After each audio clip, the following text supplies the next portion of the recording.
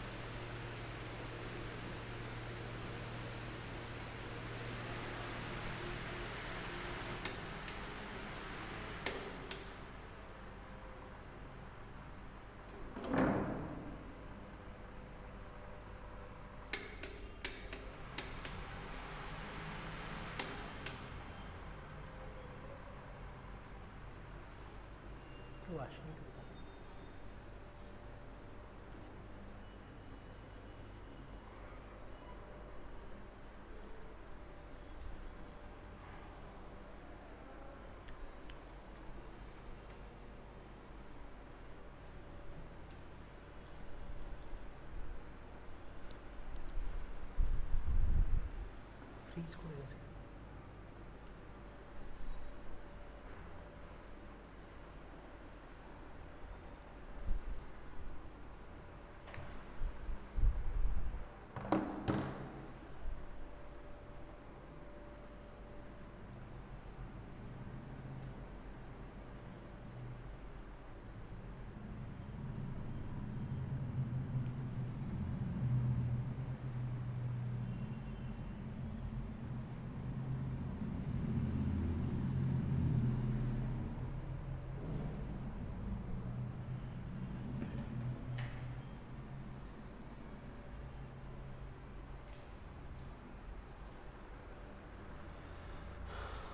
Hello everyone, কেমন আছো তোমরা সবাই? Good evening everyone. চলো, এখনো কেউ আসেনি লাইভে? আচ্ছা ঠিক আছে, ওকে, চলে আসবে সবাই। ওকে,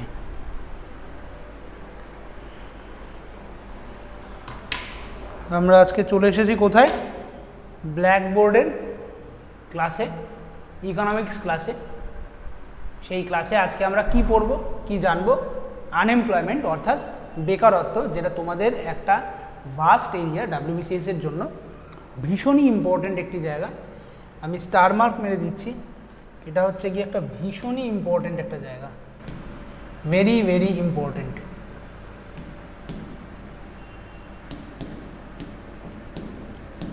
ভেরি ভেরি ইম্পর্ট্যান্ট। আজকের ক্লাসটা ভীষণই ইম্পর্ট্যান্ট। আজকের ক্লাস, এই ক্লাসে আমরা আজকে কি দেখব? আমরা আজকে দেখব আনএমপ্লয়মেন্ট অর্থাৎ বেকারত্ব নিয়ে আমাদের তত্ত্ব, মূলত তত্ত্ব মানে মূলত কনসেপ্ট আলোচনা হবে আজকে এবং আগামী দিন, অর্থাৎ এক্স্যাক্টলি এর পরবর্তী ক্লাসে আমরা কী নিয়ে আলোচনা করব? আমরা আলোচনা করব এই আনএমপ্লয়মেন্ট অর্থাৎ বেকারত্বের বিভিন্ন প্রশ্নপত্র নিয়েও আমরা আলোচনা করব, ঠিক আছে? এবং আজকের কনসেপ্টের বাইরেও আরও কিছু কনসেপ্ট থাকবে, যেই কনসেপ্টগুলো আমাদের আজকের পুরোপুরি কমপ্লিট হবে না। যেমন হচ্ছে গিয়ে ওকুনস ল বলে একটি ল আছে, তোমরা নিশ্চয়ই জানবে, তোমরা নিশ্চয়ই পড়বে, এবং হচ্ছে গিয়ে আমরা তো আলোচনা করবই, ঠিক আছে? তো সেই সব কিছু তত্ত্ব নিয়ে আমরা নেক্সট দিন আলোচনা করব এবং হচ্ছে গিয়ে তার সাথে সাথে থাকবে কিছু কোয়েশ্চেন আনসার। আজকে আমরা পড়ব মূলত আনএমপ্লয়মেন্টের বেসিক মেজর অর্থাৎ সিংহভাগের যে আনএমপ্লয়মেন্ট সংক্রান্ত তত্ত্ব অর্থাৎ কনসেপ্ট, সেই নিয়ে আমরা আজকের দিনে আজকের এক্স্যাক্টলি এই ক্লাসে আমরা আলোচনা করব। আচ্ছা, চলে এসছে সবাই। আচ্ছা, গুড ইভিনিং স্যার বলছে Shalini, good evening. Sorry sir late হয়ে গেল। ওকে, কোনো প্রবলেম নেই, ঠিক আছে, তোমরা চলে এসছো, ব্যাস এইবার স্টার্ট হয়ে যাবে আমাদের আজকের ক্লাস, ঠিক আছে? আজকের আমাদের ক্লাস হচ্ছে কি নিয়ে? দেখতেই পাচ্ছ আনএমপ্লয়মেন্ট এবং স্টার মার্ক দিয়ে লেখা রয়েছে ভেরি ভেরি ইম্পর্টেন্ট, ঠিক আছে? আচ্ছা, আমার কথা শোনা যাচ্ছে তো? আমার কথা শোনা যাচ্ছে এবং আমি কি অডিবল সম্পূর্ণ? যদি কোনো সমস্যা থাকে অবশ্যই বলবো। আচ্ছা, হ্যাঁ স্যার বলে দিয়েছে শালিনী, ওকে, ঠিক আছে। তাহলে আনএমপ্লয়মেন্টের বাংলা কি? আনএমপ্লয়মেন্টের বাংলা কি? বেকারত্ব, তাই তো? আনএমপ্লয়মেন্টের বাংলা হচ্ছে গিয়ে বেকারত্ব। বেকারত্ব মানে বলতে কি বোঝো তোমরা? কেউ কি বলতে পারবে যে বেকারত্ব বলতে আমরা কি বুঝি? বেকারত্ব কেন ইম্পর্টেন্ট? আচ্ছা, বেকারত্ব বলতে আমরা কি বুঝি এবং কেন বেকারত্ব ইম্পর্টেন্ট সেটা জানার জন্য আমাকে বেকারত্বের কিছু বেসিক কিছু টাইপসের মধ্যে দিয়ে যেতে হবে, ঠিক আছে। এই কিছু বেসিক টাইপসের মধ্যে দিয়ে যাওয়ার যখনই আমরা যাব তখনই কিন্তু আমরা বুঝে ফেলব যে আনএমপ্লয়মেন্ট বলতে কি বোঝায় এবং আনএমপ্লয়মেন্ট মূলত ইন্ডিয়ার মতন একটি ইকোনমি, অর্থাৎ ইন্ডিয়া কি একটি ডেভেলপিং অথবা আন্ডার ডেভেলপড একটি ইকোনমি এবং থার্ড ওয়ার্ল্ড কান্ট্রির একটি পার্ট, রাইট। তো হচ্ছে কি এখন যদিও গ্রোথ রেটটা একটু হাই হয়েছে, একটু বাড়ছে, তো আমরা আশা করছি যে আন্ডার ডেভেলপড কান্ট্রি থেকে আমাদের ইকোনমি ডেভেলপিং ইকোনমি হিসাবে বেশি পরিচিত। কিন্তু এই যে ডেভেলপিং ইকোনমি অর্থাৎ ডেভেলপ করছে এমন একটি ইকোনমি, সেইখানে দাঁড়িয়ে আমরা কি দেখতে পাই, এই ডেভেলপিং ইকোনমির একটি বড় সমস্যা অর্থাৎ একটি বড় প্রবলেম কি, আনএমপ্লয়মেন্ট। এই যে ডেভেলপিং ইকোনমির একটি বড় সমস্যা অর্থাৎ প্রবলেম হচ্ছে কি আনএমপ্লয়মেন্ট, ঠিক তেমন তোমরা কি কেউ বলতে পারবে যে এই ডেভেলপিং ইকোনমির প্রবলেম হিসাবে আনএমপ্লয়মেন্ট ছাড়া আরও একটি বড় প্রবলেমের নাম কি? কেউ কি বলতে পারবে আরও একটি প্রবলেমের নাম কি আনএমপ্লয়মেন্ট ছাড়া? অর্থাৎ বেকারত্বকে যদি আমরা বাদও দিই, যদিও বেকারত্বকে কখনোই বাদ দেওয়া সম্ভব নয়, কারণ বেকারত্ব এতটাই গুরুত্বপূর্ণ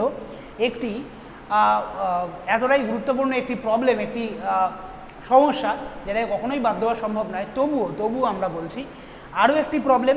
আচ্ছা, শালিনী বলে ফেলেছে hunger is absolutely true, hunger is an important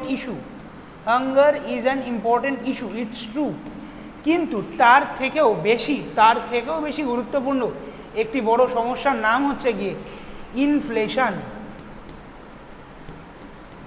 inflation অর্থাৎ মুদ্রাস্ফীতি, ঠিক আছে। তো মুদ্রাস্ফীতি নিয়ে বিস্তারিত আলোচনা বা বিস্তর ডিসকাশন আমরা পরে অন্য কোনো একদিন করব, কিন্তু আজকে আমাদের মূলত যেই টপিকটা নিয়ে আমাদের আজকে কথা বলার কথা সেটা হচ্ছে গিয়ে আনএমপ্লয়মেন্ট অর্থাৎ বেকারত্ব। অর্থাৎ গতদিন কিন্তু আমি তোমাদেরকে প্রমিস করেছিলাম যে আমরা আগামী দিনে অর্থাৎ আজকের দিনে আমরা আনএমপ্লয়মেন্ট নিয়েই কথা বলবো। তো আমরা চলে এসেছি আজকে ব্ল্যাকবোর্ডের WBCS ব্যাচে ইকোনমিক্সের ক্লাসে কী নিয়ে আলোচনা করতে, আনএমপ্লয়মেন্ট নিয়ে। তো let's start our discussion with the very big problem of Indian economy which is being called as unemployment অথবা বাংলায় বেকারত্ব। চলো তাহলে আমরা ডেফিনেশনও পড়ব, আবার তার সাথে সাথে কি পড়ব, এক্সাম্পলও পড়ব, ঠিক আছে। এখনই এত ভাবার দরকার নেই যে কোনটাকে কি বলা হচ্ছে, আমরা আসব, কিন্তু তার সাথে সাথে হচ্ছে কি এইগুলো পড়তেই আমরা অ্যাকচুয়ালি কী করব, পড়তেই আমরা টাইপগুলোও বুঝে নেব। আচ্ছা, শালিনী কি বলছে, স্যার হাঙ্গারের সাথে আনএমপ্লয়মেন্টের অনেক বড় একটা কানেকশান আছে, তাই না? Absolutely true. তুমি যত বেশি আনএমপ্লয়েড থাকবে অর্থাৎ তুমি যত বেশি বেকার থাকবে, তার মানে কি তোমার বেশি দিন ধরে ইনকাম জিরোতে পড়ে আছে। ইনকাম যেই জিরোতে পড়ে আছে তোমার বেশি দিন ধরে, সেই কারণেই তোমার একটা ইস্যু তৈরি হয়ে যাবে, সেটা হচ্ছে গিয়ে হাঙ্গার। অর্থাৎ এই হাঙ্গার থেকেই চলে আসবে হচ্ছে গিয়ে পভার্টি থেকেই চলে আসবে। আবার যেই তুমি পভার্টিতে, once you are in a poverty, then it can lead you to unemployment as well, once again and furthermore. So basically this is the basic scenario that we need to grab within few classes. That is what we are here, that is why we are here, right? So let's go. তো আমরা হচ্ছে গিয়ে কিছু interesting topic ভাবি, ঠিক আছে, এগুলোকে এরকমভাবে এত ডিটেলে এরকমভাবে, এই যে এখানে কিছু লেখা আছে দেখবে, স্ট্রাকচারাল আনএমপ্লয়মেন্ট, ঠিক আছে, সাইক্লিক্যাল আনএমপ্লয়মেন্ট, ঠিক আছে, এগুলো এরকম নাম দিয়ে আমরা এখনই এই মুহূর্তে পড়ছি না, আগে কিছু ডিসকাশন করে নিই, তারপরে হচ্ছে গিয়ে আমরা এগুলোকে নাম দেবো, ঠিক আছে। আচ্ছা, একটা কজ আর একটা রিজন, একটা কজ আর একটা রিজন বলতে পারো। আবার অ্যাকচুয়ালি ব্যাপারটা হচ্ছে গিয়ে কজাল রিলেশনশিপ, এটা অ্যাকচুয়ালি একটা কজাল রিলেশনশিপ, যে এ যদি বিকে অ্যাফেক্ট করে, বি আবার একে অ্যাফেক্ট করে, ঠিক আছে। তো এইভাবেই অ্যাকচুয়ালি আনএমপ্লয়মেন্ট, হাঙ্গার, পভার্টি এবং ইনফ্লেশনের এই যে সার্কেলটা ঘুরতে থাকে। অনেকে তো এই সার্কেলকে ভিসিএস সার্কেল অফ পভার্টিও বলে থাকে, ঠিক আছে। যদি একটু আলাদা টপিক, একটু ডাইমেনশনটা চেঞ্জ হয় সেখানে, আমরা সেটা পরে পড়বো যখন আমরা পভার্টি পড়বো আমাদের ক্লাসে। WBCS এর জন্য ভেরি ইম্পর্টেন্ট একটি টপিক হলো পভার্টি এবং ইনইকুয়ালিটি। তো সেখানে কিন্তু আমরা অবশ্যই পভার্টি এবং ইনইকুয়ালিটিকে আনএমপ্লয়মেন্ট, ইনফ্লেশনের সাথে এবং হাঙ্গারের সাথে অ্যাসোসিয়েট করিয়েই তখন হচ্ছে গিয়ে আমরা প্রেজেন্ট করব। তো let's hope for the best, যখন আসবে তখন আসবে। আজকের ক্লাসে আমরা আনএমপ্লয়মেন্টের কিছু দৃশ্য দেখে নিই যে আনএমপ্লয়মেন্ট আমাদের চোখের সামনে কী কীভাবে ফুটে উঠতে পারে। ঠিক আছে, আনএমপ্লয়মেন্ট আমাদের চোখের সামনে কীভাবে ফুটে উঠতে পারে। ওকে, তাহলে বেসিক্যালি কি, বেসিক্যালি হচ্ছে গিয়ে দেখো এমন ঘটনা তুমি দেখতেই পারবে, যেমন হচ্ছে গিয়ে কি, একটা হচ্ছে গিয়ে ধরো তুমি কোনো একটা ক্ষেত্রে ইকুইপড, ধরো তুমি পড়তে ভালোবাসো, ধরে নিলাম তুমি পড়তে ভালোবাসো হিস্ট্রি, তুমি হিস্ট্রিতে প্রচুর নলেজ গ্যাদার করেছো, ঠিক আছে, কিন্তু মার্কেটে ধরো জব আছে তাদের জন্যই যারা হচ্ছে গিয়ে জিওগ্রাফি পড়েছে, ধরে নিলাম, ঠিক আছে, এটা কিন্তু একটা অ্যাজাম্পশন, ঠিক আছে। তাহলে পড়েছো তুমি হিস্ট্রি, কিন্তু তোমার কাজের সুযোগ কোথায়, জিওগ্রাফি পড়লে, রাইট, সমস্যা তৈরি হয়ে গেছে। কাজের সুযোগ কোথায়, জিওগ্রাফি পড়লে, তাহলে সমস্যা তৈরি হয়ে গেছে। তাহলে তোমার স্কিলের সাথে তোমার যে মার্কেটে অ্যাভেলেবেল যে জব, তার সাথে এই দুটোর মধ্যে একটা মিসম্যাচ তৈরি হয়েছে। এটা যদি ঘটে তাহলে একভাবে আনএমপ্লয়মেন্ট তৈরি হতে পারে, ঠিক আছে, বোঝা গেল। অর্থাৎ আমি পড়েছি ইতিহাস, আমি ইতিহাসে এক্সপার্ট, কিন্তু মার্কেটে ইতিহাসের লোকজনের জন্য কোনো জবই নেই। বা ধরো আমি ধরে নাও হচ্ছে গিয়ে কী বলবো, কীভাবে আমি বলতে পারি তোমাকে, ধরো আমি পাইথন বা আর শিখিনি, ডেভেলপিং সফটওয়্যার একটি, তোমরা সবাই নিঃসন্দেহে জানবে, ঠিক আছে, কিন্তু ধরো আমি জানি না, কিন্তু মার্কেটে রয়েছে তাদেরই চাহিদা, তাদের জন্যই কাজ রয়েছে যারা হচ্ছে গিয়ে আর বা পাইথন বা এসকিউএল বা ওরাকেলের মতন সফটওয়্যার জানে। তাহলে কী হলো, আমার স্কিল এবং মার্কেটে অ্যাভেলেবেল যে জবস তার মধ্যে একটা মিসম্যাচ তৈরি হয়ে গেছে। এই যে মিসম্যাচ কিন্তু বেকারত্বের জন্ম দিতে পারে। এটা হলো প্রথম উদাহরণ, ঠিক আছে, এটি হলো আমাদের প্রথম উদাহরণ আজকের, এটি হলো আমাদের প্রথম উদাহরণ, ঠিক আছে। এই যে আনএমপ্লয়মেন্ট, এই ধরনের আনএমপ্লয়মেন্টকে একটা নামে ট্রিট করা হয়, আমরা সেটাতে পরে আসছি। দ্বিতীয়ত আসছি সেটা হচ্ছে গিয়ে দ্বিতীয়ত আসছি যে সব কিছু কিন্তু আমাদের হাতে নেই। অনেক সময় এরকমও হয় যে কান্ট্রি যখন খুব ভালো পারফর্ম করে, কান্ট্রি কখন ভালো পারফর্ম করে, যখন কান্ট্রি বুম পিরিয়ডে থাকে। কি পিরিয়ডে থাকে, বুম পিরিয়ড, কান্ট্রি থাকে বুম পিরিয়ডে, ঠিক আছে, অর্থাৎ কান্ট্রি খুব ভালো করছে, ঠিক আছে, কান্ট্রির হাতে ভালো গ্রোথ রয়েছে, সব কিছু রয়েছে, আমার কোনো সমস্যা নেই, ওভার এমপ্লয়মেন্ট রয়েছে, অর্থাৎ সবাই কাজ পেয়ে বসে আছে অলরেডি। এরকম যখন সিচুয়েশান তৈরি হয় তখন কিন্তু আমার বা তোমার কাজ পাওয়ার সুযোগ, অর্থাৎ এমপ্লয়েড হওয়ার সুযোগ অনেক বেশি থাকে। কিন্তু যখন কান্ট্রি কিসে থাকে, রিসেশনে থাকে, কান্ট্রি যখন রিসেশনে থাকে তখন কি কান্ট্রির অবস্থা ইটসেলফ খুব খারাপ, অর্থাৎ under employment is very high. তাহলে সবাই হচ্ছে গিয়ে কেউই হচ্ছে গিয়ে জব পাচ্ছে না, এরকম একটা সিচুয়েশান। এই সিচুয়েশানে গেলে কিন্তু আমরা জব পেতে আমাদের সময় বেশি লাগে, অর্থাৎ কান্ট্রির যে বিভিন্ন ফেজ, এই ফেজকে বলা হয় বিজনেস সাইকেল, ঠিক আছে। তাহলে আমরা এবার বুঝে নিই, তোমরা এই জিজ্ঞাসা করবে অবশ্যই যে হচ্ছে গিয়ে স্যার তাহলে আপনি যে এই যে বলছেন বুম আর এই যে বলছেন রিসেশন, এই দুটো জিনিস কী স্যার, আমি তো কিছুই বুঝতে পারলাম না। তার জন্যই চলে এসেছি আমরা এই একটা ছোট্ট স্মল ডায়াগ্রাম নিয়ে। এখানে অনেক কিছু লেখা আছে, দেখবে এই দিকটা, এখানে একটা জিনিস লেখা রয়েছে, এখানে একটা জিনিস লেখা রয়েছে, এখানে একটা জিনিস লেখা রয়েছে, এগুলোতে মাথা না ঘামালেও হবে, ঠিক আছে, এগুলোতে মাথা না ঘামালেও হবে। এখানে অনেক কিছু এক্সট্রা লেখা রয়েছে যেগুলো নিয়ে আপাতত এই মুহূর্তে মাথা না ঘামালেও হবে, কিন্তু কয়েকটা জিনিসে মাথা ঘামাতে হবে অবশ্যই। কি কি জায়গায়, এই যে দেখতে পাচ্ছ বুম, এই যে দেখতে পাচ্ছ রিসেশন, এই যে দেখতে পাচ্ছ স্লাম, এই যে দেখতে পাচ্ছ রিকভারি, এবং এই যে আবার দেখতে পাচ্ছ রিসেশন। অর্থাৎ তোমরা যদি দেখতে পাচ্ছ, তোমরা কি দেখতে পাচ্ছ যে হচ্ছে গিয়ে আমরা যদি একটা টাইম ফ্রেম ভেবে নিই, অর্থাৎ এই যে হরাইজন্টাল অ্যাক্সিস, ঠিক আছে, এটা যদি আমরা ধরে নিই যে হচ্ছে গিয়ে সময়, ঠিক আছে, তাহলে হচ্ছে গিয়ে সময়ের সাথে সাথে, ঠিক আছে, কান্ট্রির পারফরমেন্স চেঞ্জ হচ্ছে, ঠিক আছে, পারফরমেন্স চেঞ্জ হচ্ছে। কান্ট্রি হচ্ছে গিয়ে কখনো দেখবো কি কান্ট্রি খুব ভালো করছে, অর্থাৎ কান্ট্রি খুব ভালো গ্রোথ রেট অ্যাচিভ করছে, খুব ভালো কি করছে, গ্রোথ রেট অ্যাচিভ করছে, ঠিক আছে। এবং এমন একটা সময় যেখানে হচ্ছে গিয়ে কান্ট্রি একদম তার হাইয়েস্ট পয়েন্টে রিচ করে গেছে, যেইখানে কান্ট্রিতে অলমোস্ট সবাই হচ্ছে গিয়ে এমপ্লয়েড, এবং জিনিসের দামও কম, ঠিক আছে। অর্থাৎ ইনফ্লেশনটাও টার্গেটেড, সেই কারণেই হচ্ছে গিয়ে ভালো আরও বেশি গ্রোথ হচ্ছে এবং তার সাথে সাথে সবাই কাজ পাচ্ছে। তাহলে এই রকম যখন বুম ফেজে একটা ইকোনমি থাকবে, তাহলে তোমার বা আমার কাজ পেতে সময় কম লাগবে, অর্থাৎ খুব কম সময়ের মধ্যেই আমরা কাজ খুঁজে পেতে পারি। এই ধরনের যখন পিরিয়ড, এই ধরনের যখন হচ্ছে সময়কাল, এই সময়কালকেই বলা হয় বুম। আবার অনেক সময় কি হতে পারে, যেমন ধরো 2007-08 ক্রাইসিস, তোমরা নিশ্চয়ই জানো 2007-08 ক্রাইসিস, যারা জানো তারা জানো 2007-08 ক্রাইসিস যাকে বলা হয় কি, যাকে বলা হয় হচ্ছে গিয়ে ফাইন্যান্সিয়াল ক্রাইসিস।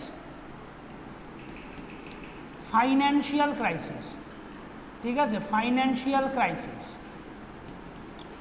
ফাইন্যান্সিয়াল ক্রাইসিসের সময় কি হচ্ছিল, ফাইন্যান্সিয়াল ক্রাইসিসের সময় ইনফ্লেশন খুব হাই হয়ে যাচ্ছিল, লোকজন বেশি আনএমপ্লয়েড হয়ে পড়ছিল এবং যে জিডিপি, দেশের যে গ্রোথ, দেশের যে উৎপাদন, সব কিছুই কমে যাচ্ছিল। অর্থাৎ দেখো, তুমি আমি কাজ তখনই পাবো যখন কেউ না কেউ গুডস এবং সার্ভিসেস প্রডিউস করছে। কিন্তু কারোর হাতে যদি এই পয়সাটাই না থাকে যে গুডস অ্যান্ড সার্ভিসেস তৈরি করার জন্য যে ইনফ্রাস্ট্রাকচারের প্রয়োজন পড়ে, যে মূলধনের প্রয়োজন পড়ে, লেবারকে হায়ার করার প্রয়োজন পড়ে, সেই সব খরচা যদি যদি এই সমস্ত খরচা কোনো ইনস্টিটিউশনের বা কোনো মানুষের কাছে না থাকে, তাহলে কিন্তু সেই ইনস্টিটিউশন বা সেই প্রতিষ্ঠান বা হচ্ছে গিয়ে সেই লোক অর্থাৎ মানুষ, সে কিন্তু কখনোই গুডস অ্যান্ড সার্ভিসেস তৈরি করতে পারবে না। অর্থাৎ গুডস অ্যান্ড সার্ভিসেস তৈরি না করা মানে কি, ফ্যাক্টরির সংখ্যা কমে গেল, যত ফ্যাক্টরির সংখ্যা কম তত তুমি কাজ হারাচ্ছ। এই যে একটা ডিগ্রেডেশন, ইকোনমির যে একটা ডিগ্রেডেশন, এই ডিগ্রেডেশনকেই বলা হয় হচ্ছে গিয়ে কি, রিসেশন ফেজ। অর্থাৎ কান্ট্রি এবার বুম ফেজ, বুম ফেজ মানে very good phase, very good phase, ঠিক আছে। এই ফেজ থেকে যখনই খারাপের দিকে যাচ্ছে, সেই খারাপের ফেজটাকে কি বলা হচ্ছে, সেই ফেজটাকে বলা হচ্ছে রিসেশন। এবার এই রিসেশন থেকে যদি আরও খারাপে চলে আসে, বলা হয় এটা হচ্ছে গিয়ে কান্ট্রির একদম সব থেকে খারাপ অবস্থা, যার নাম হচ্ছে গিয়ে স্লাম, ঠিক আছে। এই স্লাম থেকে আবার হচ্ছে গিয়ে রিজার্ভ ব্যাঙ্ক অফ ইন্ডিয়া এবং government of India, Reserve Bank of India RBI এবং government of India GOI, government of ইন্ডিয়ার যৌথ উদ্যোগে কান্ট্রি যখন হচ্ছে গিয়ে আবার রিজুভেনেট করা শুরু করে, আবার হচ্ছে গিয়ে কি বলবো, আবার হচ্ছে গিয়ে মডিফাই করা শুরু করে নিজের মধ্যে, নিজের স্ট্রাকচারের মধ্যে, তখন আমরা সেই ফেজটাকে বলি রিকভারি ফেজ। তখন আমি সেই ফেজটাকে বলবো কি, রিকভারি ফেজ। এই রিকভারি ফেজের মধ্যে দিয়েই আমরা আবার পৌঁছে যেতে পারি কোথায়, বুম ফেজে। অর্থাৎ একটা ভালো সিচুয়েশানে পৌঁছে যেতে পারি, যেখানে আমার এমপ্লয়মেন্ট বেশি, ইনফ্লেশন কম, আবার হচ্ছে গিয়ে সব দিক থেকেই আমরা একটা ভালো সিচুয়েশানে যেতে পারি। তার মানে কি, গুডস অ্যান্ড সার্ভিসেস আবার প্রডিউস হওয়া শুরু করেছে। আবার এই পিরিয়ড থেকে যদি আমরা ভুল পলিসি নিই, গভর্নমেন্ট অফ ইন্ডিয়া ভুল পলিসি নেয়, রিজার্ভ ব্যাঙ্ক অফ ইন্ডিয়া ভুল পলিসি নেয়, তাহলে তার মধ্যে দিয়ে কিন্তু আবার হচ্ছে গিয়ে আমরা রিসেশন পিরিয়ডে যেতে পারি এবং রিসেশন থেকে আরও খারাপ, আরও ওয়ার্স্ট কন্ডিশন অর্থাৎ স্লাম্প কন্ডিশনে চলে যেতে পারি। আমার যে এইটুকুনি, এই যে গোটা গল্পটা, এই গোটা গল্পটাকে কি বলা হয়, এই গোটা গল্পটাকে বলা হয় বিজনেস সাইকেল। এই গোটা গল্পটাকে কি বলা হয়, বিজনেস সাইকেল। অর্থাৎ হচ্ছে গিয়ে এটি একটি সাইকেলের মতন। কখনো ইকোনমি খুব ভালো পারফর্ম করে, অর্থাৎ ভেরি গুড কন্ডিশনে থাকে, যাকে আমরা বলি বুম। তারপরে আবার একটু অবনতি শুরু হয়, কাজ হারাতে শুরু করে মানুষজন, ইনফ্লেশন বেড়ে যায়, তাকে বলি আমরা রিসেশন। এই রিসেশন ফেজ থেকে একদম খারাপ সিচুয়েশন যখন হচ্ছে স্লাম্প, অর্থাৎ এমপ্লয়মেন্ট একদমই কম, আনএমপ্লয়মেন্ট সব থেকে বেশি। সেইখান থেকে আবার রিজার্ভ ব্যাঙ্ক অফ ইন্ডিয়া এবং গভর্নমেন্ট অফ ইন্ডিয়ার হেল্পে বিভিন্ন পলিসির মাধ্যমে আবার রিকভারি থেকে পৌঁছে যেতে পারি আবার বুম। এই হচ্ছে কি আমাদের ফেজ, ইকোনমির স্ট্রাকচার। এই ফেজকে বলা হয় কি, বুম ফেজ, ঠিক আছে। তাহলে আচ্ছা, এবার হচ্ছে কি, এই হচ্ছে গিয়ে গোটা বিজনেস সাইকেল, ঠিক আছে, এটাকে বলা হয় বিজনেস সাইকেল। আচ্ছা, তোমরা কি এই আমি যেটুকুনি বললাম সেটুকুনি কি বোঝা গেল? যেটুকুনি বললাম সেটুকুনি কি বোঝা গেল? এই গোটা বিজনেস সাইকেলের ফিগারটাকে কি বোঝা গেল? আচ্ছা, ঈশিতা কি বলছে? ঈশিতা বলছে স্যার এখন তো রিসেশন, আচ্ছা বলতে পারি এক্স্যাক্টলি রিসেশন বলতে পারবো না, তবে হ্যাঁ রিসেশনের দিকে, রিসেশনের কাছাকাছি, আরও বেশি বলতে পারি যে রিসেশনের আরও কাছাকাছি একটা পিরিয়ডে আমরা চলে গেছিলাম যখন হচ্ছে গিয়ে আমরা কোভিড ফেজে ছিলাম। এখন অ্যাকচুয়ালি বলতে পারি রিকভারি ফেজের মধ্যে আছি, এখন আমরা বলতে পারি রিকভারি ফেজের মধ্যে আছি। হয়তো রিসেশন বা স্লাম্পে নেই, আমরা হয়তো এখন রিকভারির মধ্যে আছি, কারণ গ্রোথ রেট একটু বাড়তে শুরু করেছে, কোভিডটা যেই কমে গেছে, কোভিডের প্রকোপ যেই কমে গেছে, আবার নতুন করে গুডস অ্যান্ড সার্ভিসেস প্রডিউস হচ্ছে, কলকারখানা খুলছে, লোকজন কাজ পাচ্ছে, অর্থাৎ আমরা বলতে পারি যে এখন হ্যাঁ একটু রিকভারি ফেজের মধ্যে দিয়ে আছি। তবে হ্যাঁ রিসেশনের কিছু কিছু আঁচ এখনও অবধি আছে আমাদের ইকোনমিতে। আচ্ছা ঈশিতা কি বলছে, ডিপ্রেশনটা কি? ডিপ্রেশন হচ্ছে গিয়ে ডিপ্রেশন বলতে কি বোঝাই আমরা? ডিপ্রেশন বলতে আমরা কী বোঝাই? ডিপ্রেশন বলতে হচ্ছে মন খারাপ বুঝি, তাই তো? অনেকে বলি না আমরা যে আমি ডিপ্রেসড, আজকে আমার ভালো লাগছে না, আজকে আমি ভেরি মাচ ডিপ্রেসড, আমি আমার কাজটা করতে পারছি না। হতেই পারে, মানুষের যেমন ফিজিক্যাল স্ট্রাকচার রয়েছে, ফিজিক্যাল সাইকেল আছে, তেমন হচ্ছে গিয়ে ইকোনমিরও ফিজিক্যাল স্ট্রাকচার আছে। তো ইকোনমিরও ফিজিক্যাল যে স্ট্রাকচার, সেই স্ট্রাকচারের একটা অংশ হচ্ছে গিয়ে ডিপ্রেশন। এই ডিপ্রেশন মানেই হচ্ছে গিয়ে আমি স্লাম্পের খুব কাছাকাছি আছি, অর্থাৎ খুব খারাপ সিচুয়েশনের কাছাকাছি আছি, বা বলতেই পারি যে হ্যাঁ হয়তো আমি খারাপ সিচুয়েশনেই আছি, স্লাম্পেই রয়েছি। অর্থাৎ আমার হাতে একদমই কাজ নেই, লোকজন কাজ হারিয়ে ফেলছে, অথচ জিনিসের দাম আবার খুব বেশি। এরকম যদি একটা মিশ্রিত ঘটনা আমরা দেখতে পাই, এরকম যদি একটা মিশ্রিত সিচুয়েশন আমরা দেখতে পাই, তাকে হচ্ছে গিয়ে আমরা ডিপ্রেশন বলতে পারি, যেটা হচ্ছে স্লাম্পের খুব কাছাকাছি একটা সিচুয়েশন। এর আরও ক্যারেক্টারিস্টিক্স রয়েছে, এর আরও ক্যারেক্টারিস্টিক্সের ডেফিনিশন রয়েছে, ক্লাসিফিকেশনস রয়েছে, যেগুলো আমরা গোটা ইকোনমির স্ট্রাকচার নিয়ে যেদিন আমরা করব, সেদিন আমরা ডিটেলে গিয়ে আমরা আলোচনা করব যে এক্স্যাক্টলি রিসেশন বলতে কী বুঝি, এক্স্যাক্টলি ডিপ্রেশন বলতে কী বুঝি। আমি তোমাদেরকে একটা কনসেপ্ট দেওয়ার চেষ্টা করলাম, যাতে কি না আমরা বুঝতে পারি যে এই বুম, রিসেশন, স্লাম্প, রিকভারি, আবার বুম, আবার রিসেশন, আবার স্লাম্প, এই কন্ডিশনগুলোর ওপর ডিপেন্ড করে আমাদের এমপ্লয়মেন্ট, আমাদের এই যে এমপ্লয়মেন্ট, সেটা কিন্তু ভ্যারি করতে পারে। আমার আজকে বিজনেস সাইকেল বোঝানোর একমাত্র উদ্দেশ্যই হচ্ছে তোমাদেরকে এটুকুনি বোঝানোর যে ইকোনমিতে এরকম সাইকেল চলতে থাকে, বুম, রিসেশন, রিকভারি। এই যে বুম, রিসেশন এবং রিকভারি, এগুলোর মধ্যে দিয়েই কিন্তু আমরা আনএমপ্লয়মেন্টের দিকে এগিয়ে যেতে পারি, আমরা কাজ হারিয়ে ফেলতে পারি, বেকারত্বের দিকে পৌঁছে যেতে পারি।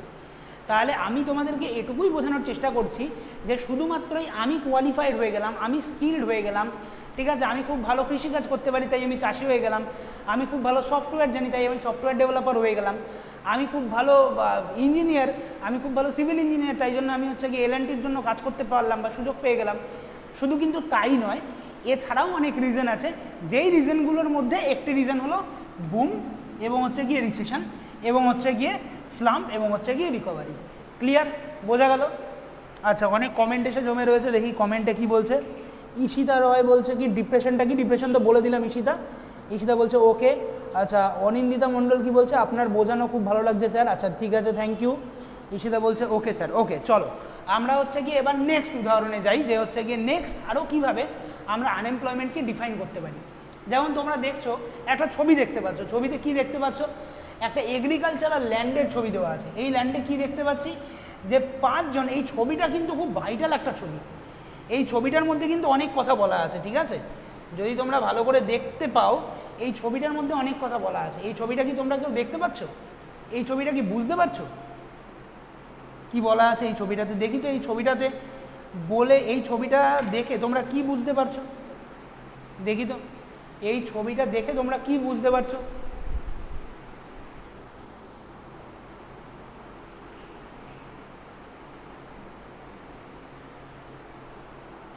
দেখি তো এই ছবিটা দেখে তোমরা কি বুঝতে পারছো?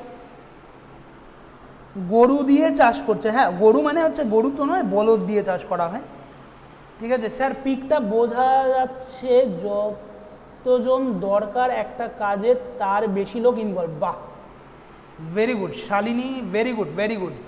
পিন্টু কি বলছে? এখানে হয়তো 2 জনের দরকার, বাট অনেক বেশি জন আছে। একদম পারফেক্ট, বাহ। পিন্টু এবং শালিনী দুজনেই একদম এক্স্যাক্টলি ঠিক কথা বলেছো, এক্স্যাক্টলি ঠিক কথা বলেছো, ঠিক আছে। Very good, very good, I am proud of you, very much impressed. তাহলে এই যে বেসিক্যালি গল্পটা কি? তাহলে তোমরা বলবে যে স্যার তাহলে সমস্যাটা কোথায়? তাহলে সমস্যা কোথায় স্যার? 5 জনই তো কাজ করছে, এ কাজ করছে, এ কাজ করছে, এ কাজ করছে, এ কাজ করছে, এ কাজ করছে, কাজ পাচ্ছে, তাই তো? সবাই কাজ করছে, সবাই টাকা পাচ্ছে, তাহলে সমস্যাটা কোথায়? আমি বলবো যে না, এখানেও একটা সমস্যা আছে। কীরকম বলো তো সমস্যাটা? সেটা হচ্ছে গিয়ে ধরো এই চাষের জমি থেকে ধরো 100 হেক্টর, আচ্ছা এই বোধহয় ইয়েলোটা বোধহয় বোঝা যাবে না, HECT, ঠিক আছে, এটা হচ্ছে গিয়ে আমি শর্ট ফর্মে বললাম। এই জমিটা থেকে ধরো 100 হেক্টর এগ্রিকালচারাল, ধরো হচ্ছে গিয়ে কি বলবো, হুইট বলতে পারো, প্যাডি বলতে পারো, এগ্রিকালচারাল প্রোডাক্ট, ঠিক আছে, এগ্রিকালচার আমি এত কমপ্লিকেট করছি না, এগ্রিকালচারাল প্রোডাক্ট তৈরি হয়, ঠিক আছে, এগ্রিকালচারাল প্রোডাক্ট তৈরি হয় এই ল্যান্ডটা থেকে, এই ল্যান্ডটা থেকে, ঠিক আছে। এবার এই ল্যান্ডে এই যে 100 হেক্টর হচ্ছে গিয়ে ফসল তৈরি হয়, এগ্রিকালচারাল প্রোডাক্ট তৈরি হয়, এইটা বিক্রি করার পর যত টাকা আসছে, ধরে নিই আমি কত টাকা ধরবো, আমি ধরে নিলাম যে 1 লাখ টাকা, ঠিক আছে, আমি ধরে নিলাম 1 লাখ টাকা, 1 লাখ টাকা আসছে, ঠিক আছে। কিন্তু অ্যাকচুয়ালি এই জমিতে এই লাঙল দেওয়ার জন্য ম্যাক্স টু ম্যাক্স 2 জন লোক হলেই যথেষ্ট, 2 জন লোক হলেই এই জমিতে লাঙল দেওয়া যায় এবং এই জমি থেকে 100 হেক্টর প্রোডাক্ট তৈরি করা যায়, ঠিক আছে। কিন্তু যেহেতু এখানে 5 জন আছে, সেই কারণে কি হচ্ছে, এই 100 হেক্টর এগ্রিকালচারাল প্রোডাক্ট মার্কেটে বিক্রি করে যে 1 লাখ টাকা পাওয়া গেল, সেই 1 লাখ টাকা কিন্তু 5 জনের মধ্যে ডিভাইড হয়ে যাচ্ছে।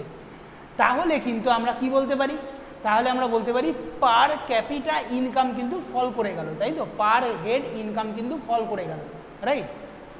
আচ্ছা, কি বলছে, 2 জন কাজ করলে যা ইনকাম হতো সেটা 2 জনের জন্য ভালো হতো, একদমই ঠিক, এদের প্রত্যেকে বেশিভাবে পেত এবং কিন্তু অনেকজন থাকার জন্য ইনকামেরও ভাগ বেশি হয়ে যাচ্ছে, এটা ভাগে কম পড়বে, রাইট, অ্যাবসলিউটলি ট্রু, একদমই ঠিক কথা বলেছো। তাহলে এই যে উদাহরণটা, তাহলে এই উদাহরণ থেকে কি বুঝলাম, তাহলে ধরো এই কাজে ধরো 1 2 3 4 5 জন লোক আছে, 2 জন যথেষ্ট এই কাজটা করার জন্য, কিন্তু যেই মুহূর্তে 3 জন তৃতীয় ব্যক্তি ঢুকে গেছে, তাহলে তৃতীয় ব্যক্তি কিন্তু আর কোনো আউটপুট দিতে পারছে না, মানে 2 জন লোক কাজ করেও 100 হেক্টর তৈরি হয়, 100 হেক্টর হচ্ছে গিয়ে এগ্রিকালচারাল প্রোডাক্ট হচ্ছে গিয়ে তৈরি হয়, ঠিক আছে। এবার হচ্ছে গিয়ে, আচ্ছা এখানে হচ্ছে গিয়ে কমপ্লিকেট আছে, করেও লাভ নেই, আচ্ছা হেক্টরটা কি হচ্ছে গিয়ে মুছে দিলাম, আমি কুইন্টাল করে দিলাম, ঠিক আছে। আচ্ছা অ্যাকচুয়ালি হচ্ছে গিয়ে হেক্টর তো হচ্ছে গিয়ে ইয়েরও হিসেব হবে না, আচ্ছা কুইন্টাল করে দিলাম, ঠিক আছে, 100 কুইন্টাল বা হচ্ছে গিয়ে 100 টনস, ধরো 100 টনস, ঠিক আছে, যাই হোক না কেন, আমি হচ্ছে গিয়ে হেক্টর হচ্ছে গিয়ে জমির আয়তনের সাথে হচ্ছে ইয়ে করে ফেলেছি। চলো হচ্ছে গিয়ে এখানে বেসিক্যালি তাহলে কি এই জমিতে 2 জন কাজ করেও 100 কুইন্টাল তৈরি হয়, আবার 5 জন কাজ করেও 100 কুইন্টাল তৈরি হয়,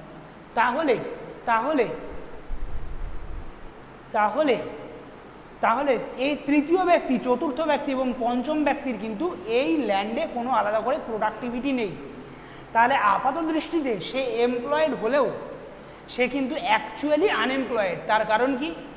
তার কারণ সে কিন্তু কোনো আলাদা করে প্রোডাক্টিভিটি জেনারেট করতে পারছে না। হ্যাঁ, আমি যদি বুঝতাম যে 2 জন কাজ করে 100 কুইন্টাল এগ্রিকালচারাল প্রোডাক্ট তৈরি হয় আর 5 জন কাজ করলে 300 কুইন্টাল এগ্রিকালচারাল প্রোডাক্ট তৈরি হয়, তাহলে আমার কোনো সমস্যা ছিল না, তাহলে হচ্ছে গিয়ে তারা হ্যাঁ একদম ঠিকঠাকই এমপ্লয়েড। কিন্তু সমস্যাটা কোথায় তৈরি হলো? সমস্যাটা হচ্ছে গিয়ে 2 জন যখন করে যতটা তৈরি করতে পারছে 5 জন করেও একই জিনিস তৈরি করতে পারছে, এরকম যদি সিচুয়েশান অ্যারাইজ করে তাহলে আমরা কি বলবো যে তৃতীয়, চতুর্থ এবং পঞ্চম ব্যক্তি ডিসগাইজডলি আনএমপ্লয়েড। অর্থাৎ ডিসগাইজ মানে কি? ছদ্মবেশ। অর্থাৎ তারা এমপ্লয়েড কিন্তু অ্যাকচুয়ালি তারা ছদ্মবেশে কি? আনএমপ্লয়েড। ক্লিয়ার? সবাই ক্লিয়ার? Everyone clear? শালিনী বলছে ক্লিয়ার। আচ্ছা,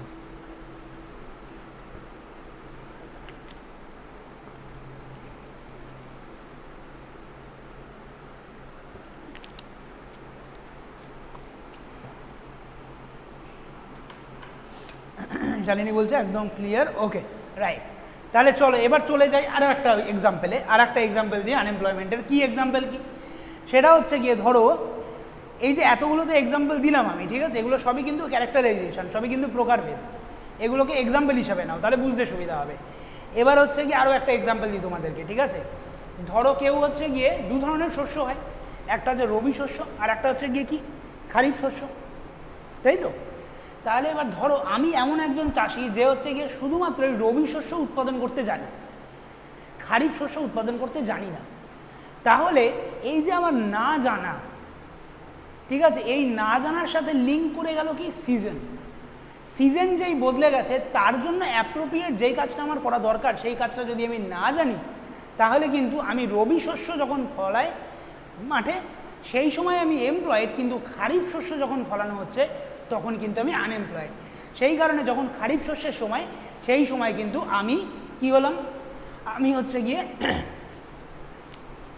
খারিফ শস্যের সময় আমি যেহেতু চাষবাস করতে পারলাম না, সেই কারণে আমাকে আনএমপ্লয়েড হয়ে যেতে হলো, এবং হয়তো এমনটাও হতে পারে যে আমি অন্য কোনো কাজে মাইগ্রেটেড হয়ে গেলাম, তো এটারও প্রবাবিলিটি আছে, রাইট? অথবা এমনও হতে পারে যে খুব ভালো সিজন, ভালো ফসল হচ্ছে, হঠাৎ করে ড্রট বা হচ্ছে গিয়ে খরা চলে এলো, অর্থাৎ হঠাৎ করে ফ্লাড চলে এলো। তো সিজনাল ফ্লাকচুয়েশন কিন্তু এমন একটা বড় জায়গা। তো মূলত তোমরা দেখবে এই যে আগের যে এক্সাম্পলটা দিলাম এবং এখন যে এক্সাম্পলটা দিলাম, এক্স্যাক্টলি যে সিজন চেঞ্জের জন্য একটা এক্সাম্পল দিলাম, আর একটা হচ্ছে গিয়ে একই জমিতে এক্সট্রা লোক যদি চলে আসে, এই দুটো যে এক্সাম্পল দিলাম, এই দুটো এক্সাম্পলই কিন্তু সব থেকে বেশি করে এগ্রিকালচারে প্রযোজ্য, অর্থাৎ কৃষিক্ষেত্রে প্রযোজ্য। ক্লিয়ার সবাই? কারোর যদি কোনো সমস্যা থাকে জিজ্ঞাসা করতে পারো। সিজনাল ইজি, আচ্ছা, travel and tourism agriculture, right, absolutely true, very good Ishita, very good. চলো তাহলে বোঝা গেল। তাহলে এম আই ক্লিয়ার? সবাই ক্লিয়ার? যদি সবাই ক্লিয়ার থাকো তাহলে হচ্ছে কি আমরা চলে যাব নেক্সট এক্সাম্পলে। সবাই যদি ক্লিয়ার থাকো তাহলে আমরা চলে যাব নেক্সট এক্সাম্পলে। সবাই ক্লিয়ার? কি বলছে সবাই? শালিনী কি বলছে? ঈশিতা কি বলছে? সবাই বলছে ক্লিয়ার। পিন্টু বলছে ওকে স্যার, ইয়েস স্যার, ওকে। চলো আমরা তাহলে চলে যাই নেক্সট স্লাইডে, নেক্সট এক্সাম্পলে। নেক্সট এক্সাম্পল আমাদের কি বলছে? নেক্সট এক্সাম্পল খুবই মডার্ন একটি সমস্যা। নেক্সট এক্সাম্পল কিন্তু খুবই মডার্ন একটি সমস্যা, এবং আমি তোমাদেরকে একটা জিনিস খুব বলে রাখি, এটা কিন্তু থার্ড ওয়ার্ল্ড কান্ট্রিতে খুব একটা ঘটে না, এটা কিন্তু ফার্স্ট ওয়ার্ল্ড কান্ট্রিতে ঘটে। এটা কোথায় ঘটে? ফার্স্ট ওয়ার্ল্ড কান্ট্রিতে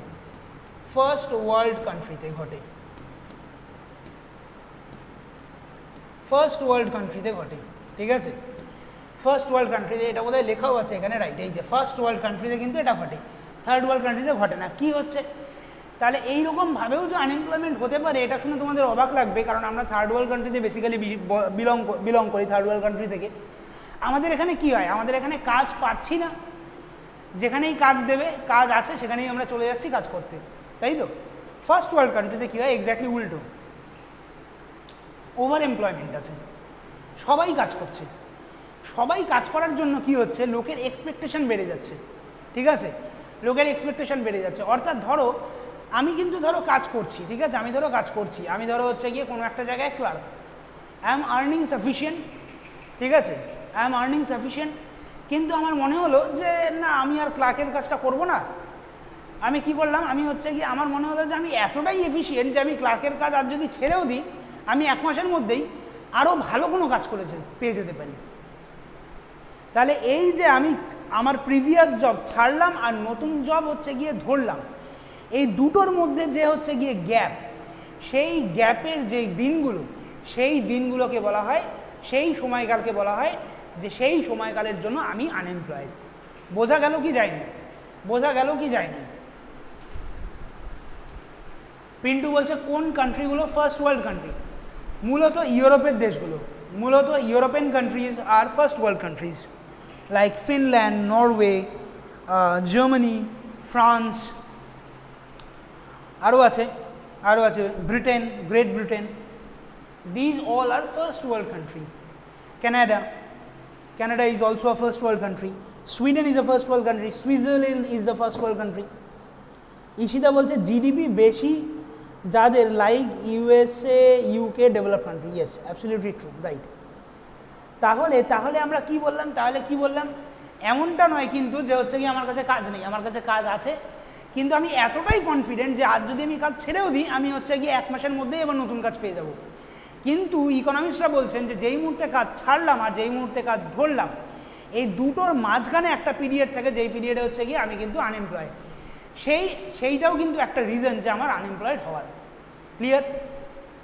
এবং এই ধরনের আনএমপ্লয়মেন্টকে একটা থিওরি আছে, তার নামটা হচ্ছে গিয়ে is search and matching theory. Search and matching theory.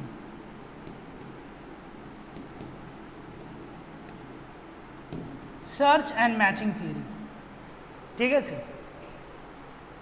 Search and matching theory অর্থাৎ আমি কি করছি, আমি হচ্ছে কি অলরেডি একটা কাজ করছি, ছেড়ে দিলাম, তারপরে প্রথমে খুঁজছি যেটা আমার সাথে ম্যাচ করছে সেই জবটা আমি অ্যাকসেপ্ট করছি।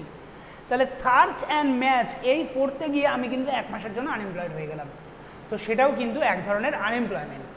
ঠিক আছে? ক্লিয়ার? Everyone clear?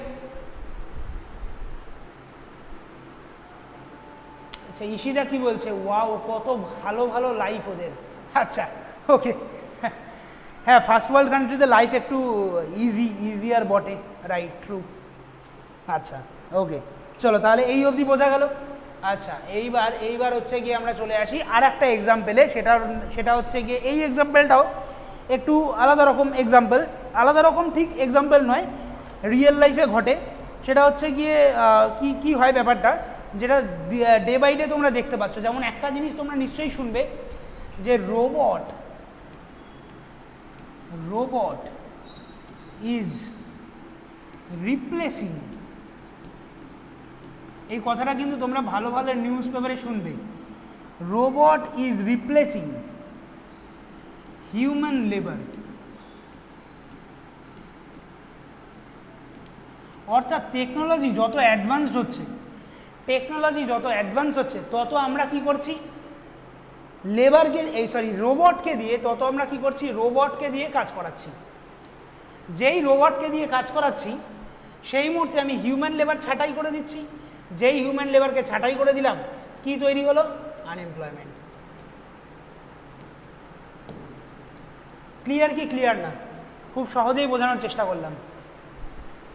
আচ্ছা, শালিনী কি বলছে? কিন্তু ডেভেলপমেন্ট অনেক বেশি, তাই এমপ্লয়মেন্টও বেশি। Absolutely true. এই নিয়ে আমাদের ক্লাস আসবে, don't worry, don't get bothered about it right now. ঠিক আছে? Don't get bothered about about poverty development perspective. ঠিক আছে? Absolutely true. ডেভেলপমেন্ট পার্সপেক্টিভ নিয়ে আমরা আলোচনা করব, ডেডিকেটেড ক্লাস থাকবে আমাদের এই ব্যাচে। ঠিক আছে? তাহলে হচ্ছে কি আমরা রিসেন্ট টাইমসে এই মুহূর্তে দাঁড়িয়ে কী বলছি? এই মুহূর্তে আমরা বলছি যে robot is replacing human labour. তাহলে আমরা টেকনোলজি অ্যাডভান্সমেন্টের জন্য রোবট নিয়ে চলে আসছি, কাজ ইজি করে দিচ্ছি। যেই কাজ ইজি করে দিলাম আমরা কিন্তু হিউম্যান লেবারকে ছাঁটাই করে ফেলছি। যেই হিউম্যান লেবারকে ছাঁটাই করে ফেললাম আমরা কিন্তু আনএমপ্লয়মেন্ট জেনারেট করে ফেলছি। ক্লিয়ার কি ক্লিয়ার না? শালিনী কি বলছে? ক্লিয়ার কি ক্লিয়ার না? ঈশিতা পেন্টু কি বলছে? স্যার, রোবটের জায়গায় উন্নত মেশিনও হতে পারে। হ্যাঁ, অ্যাবসলিউটলি ট্রু, কোনো সমস্যা নেই।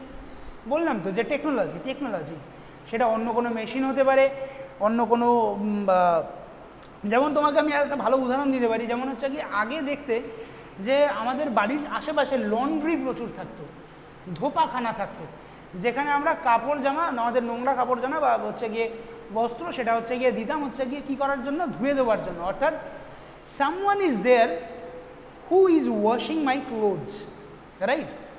যে আমার ক্লোথস পরিষ্কার করে দিচ্ছে। But nowadays that doesn't happen again. We don't see such scenarios nowadays. আমরা কিন্তু সেই ধরনের সিনারিও রিসেন্ট টাইমসে খুবই কম দেখি। So what do we see that we see washing machines in our houses. তাহলে washing machine একটা technology নিয়ে চলে আসলো, যেটা কি বললো আমার হিউম্যান লেবারকে হচ্ছে গিয়ে আমার যে কষ্ট হচ্ছিলো জামা কাপড় কাচতে, সেটা হচ্ছে গিয়ে আমার দরকার পড়ছে না। আমি কিনে আনলাম একটা 10,000 টাকা বা 15,000 টাকা বা 20,000 টাকা, হোয়াটস এভার দ্য প্রাইস বি, আমি নিয়ে চলে গেলাম আমার ওয়াশিং মেশিন আমার নিজের ঘরে। এবং যেই আমি নিয়ে চলে এলাম আমি কিন্তু ধোপাখানায় আমি আর কাচতে দিচ্ছি না। তাহলে কি হলো? ওই যে ধোপা যেই কাজটা করে তার সংসার চালাতো, সে কিন্তু আর সেটা করতে পারছে না। সে হয়তো মাইগ্রেটেড হয়ে গেছে অন্য কোনো কাজে। তার ফলে কী হলো? আনএমপ্লয়মেন্টের জন্ম দিল। ক্লিয়ার কি ক্লিয়ার না? শালিনী কি বলছে? এখন ওয়াশিং মেশিনে ধুয়ে শুকিয়ে দেয়, রাইট, অ্যাবসলিউটলি ট্রু। ক্লিয়ার? তাহলে বোঝা গেল। দেখো, এই যে তুমি দেখো এখানে একটা জিনিস লেখাও আছে, তুমি যদি নোটিশ করো, 2016 সালে in 2016 world bank data predicted that the proportion of jobs threatened by automation in India is 69% year on year. ঠিক আছে, 2016-এ ওয়ার্ল্ড ব্যাংক কিন্তু প্রেডিক্ট করে ফেলেছে যে এই যে অটোমেশন, এই যে টেকনোলজি, কিন্তু ইন্ডিয়াতে ইয়ার অন ইয়ার 69% আনএমপ্লয়মেন্টকে হচ্ছে গিয়ে কী করছে, থ্রেট করছে। They are threatening, automation is threatening jobs, job human labour. Am I clear or not? Am I clear or not? কারোর যদি কোনো সমস্যা থাকে তাহলে জিজ্ঞাসা করতে পারো, কারোর যদি কোনো জিজ্ঞাসা থাকে তাহলে হচ্ছে গিয়ে জিজ্ঞাসা করতে পারো।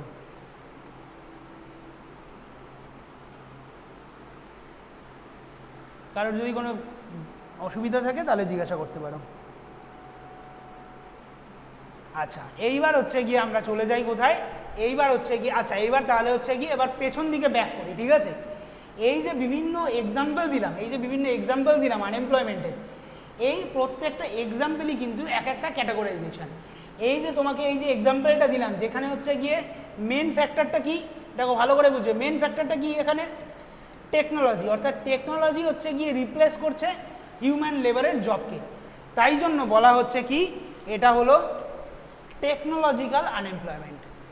ক্লিয়ার? এক গেল, পেছনে যাচ্ছি। ঠিক আছে, দু নম্বর কি, যেটা হচ্ছে কি আমাদের ফার্স্ট ওয়ার্ল্ড কান্ট্রি সিনারিও ছিল। কি সিনারিও ছিল?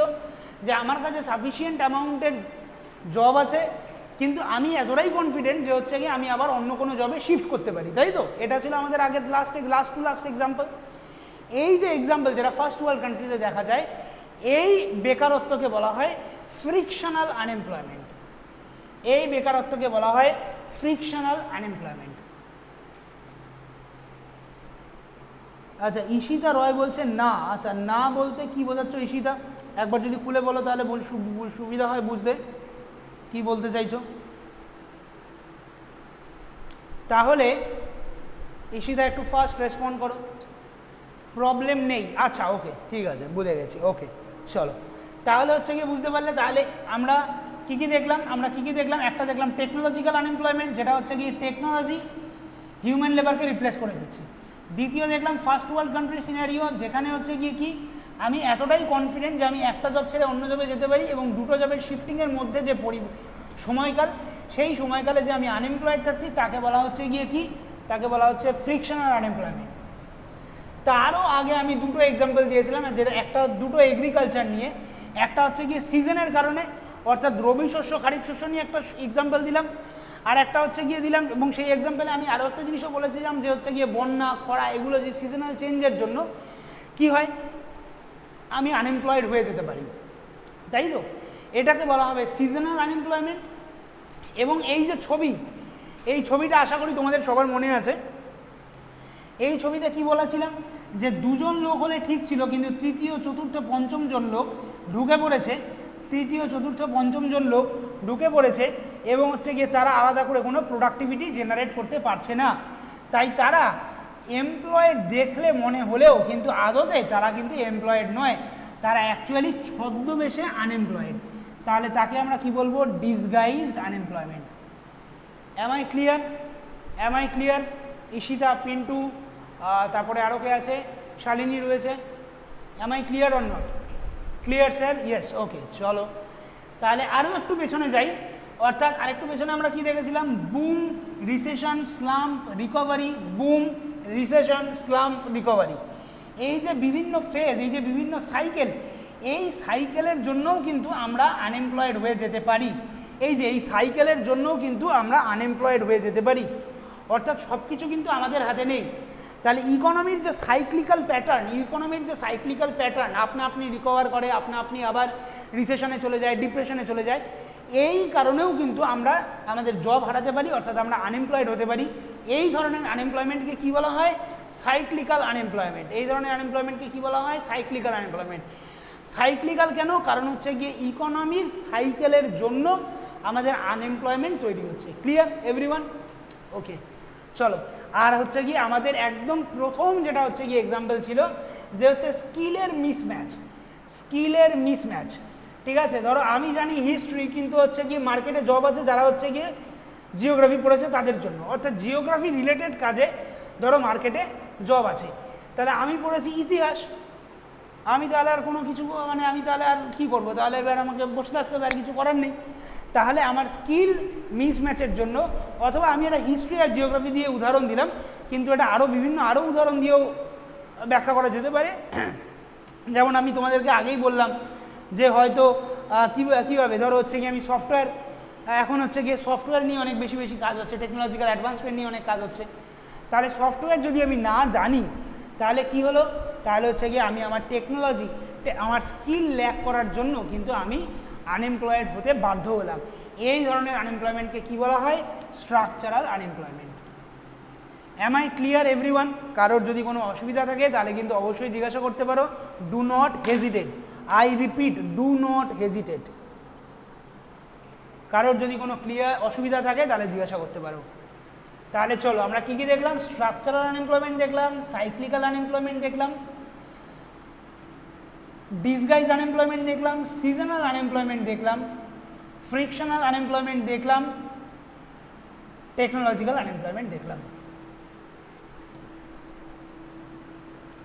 ক্লিয়ার কি ক্লিয়ার না সবাই? আমাকে তোমরা একটুখানি কনফার্ম করো যে সবার ক্লিয়ার আছে কি নেই। No problem sir, all clear. আচ্ছা চলো চলো চলো চলে আসছি আমরা কয়েকটা ইম্পর্টেন্ট জায়গাতে, ঠিক আছে? সেটা হচ্ছে গিয়ে ইন্ডিয়ান ইকোনমি এবং আনএমপ্লয়মেন্ট। এটা তোমার WBCS এর এক্সাম। আচ্ছা প্রথমেই বলে রাখি, WBCS এর প্রিলি হোক কি মেন্স হোক, what so ever, unemployment is the most important chapter. বোঝা গেল? Unemployment is the most important chapter. Clear? আচ্ছা তাহলে তাহলে তাহলে আমরা এবার কি দেখব? তাহলে আমরা এবার কি দেখতে পাচ্ছি? আমরা এবার দেখতে পাচ্ছি যে এই আনএমপ্লয়মেন্ট স্ট্রাকচার ইন্ডিয়াতে কীভাবে রয়েছে। তাহলে এই প্রশ্নের যদি উত্তর দিতে হয় ইন্ডিয়ান ইকোনমি এবং আনএমপ্লয়মেন্ট, অর্থাৎ আমাদের ইন্ডিয়ান ইকোনমিতে আনএমপ্লয়মেন্ট কীরকমভাবে রিলেটেড, এটা যদি আমাদেরকে জানতে হয় তাহলে আমাদেরকে প্রথম জানতে হবে who tracks India's unemployment related data. অর্থাৎ আমাদের ভারতবর্ষে বেকারত্বের যে ডেটা আছে, এই ভারতবর্ষে বেকারত্বের ডেটা ট্র্যাক করে কে? দুটো মেজর সোর্স আছে। কে আছে? দুটো মেজর সোর্স। একটা হচ্ছে গিয়ে সেন্সাস, যারা হচ্ছে গিয়ে ডেসিনিয়াল পপুলেশনকে মেজার করে, আর একটা হচ্ছে গিয়ে করে NSSO, অর্থাৎ ন্যাশনাল স্যাম্পল সার্ভে অর্গানাইজেশন। কি? National NATIONAL, national sample survey ORG organisation, short ফর্মে লিখলাম, ঠিক আছে?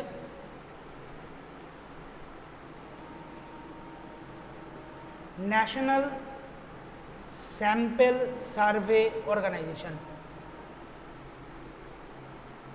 ঠিক আছে? তাহলে দুটো জায়গা আছে। কি? একটা হচ্ছে গিয়ে সেন্সাস, যারা হচ্ছে গিয়ে কি ডেসিনিয়াল পপুলেশন মেজার করে, ডেসিনিয়াল মানে কি 10 বছরের। আর একটা হচ্ছে গিয়ে NSSO কি করে? কুইন্কেনিয়াল সার্ভেকে মেজার করে, যেটা হচ্ছে গিয়ে এমপ্লয়মেন্ট এবং আনএমপ্লয়মেন্ট ডেটা নিয়ে কাজ করে। অর্থাৎ সেন্সাস কি করছে? 10 বছর অন্তর পপুলেশন ডেটা মেজার করছে, আর NSSO অর্থাৎ ন্যাশনাল স্যাম্পল সার্ভে অর্গানাইজেশন কি করছে? কুইন্কেনিয়াল, জাস্ট আ মিনিট,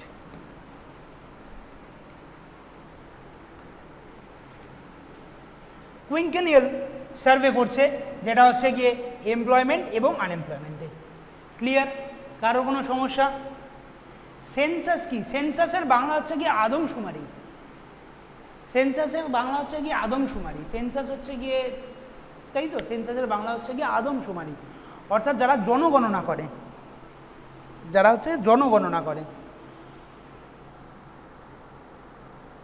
পপুলেশন হলো মেন কারণ আনএমপ্লয়মেন্টের। এই যে তুমি একটা কাজের কথা বলে ফেলেছো শালিনী, একদম একটা কাজের কথা বলে ফেলেছো, ঠিক আছে? তুমি একদম গোড়ায় ধরে ফেলেছো, মানে গোড়ায় গন্ডগোলটা তুমি ধরে ফেলেছো, ঠিক আছে?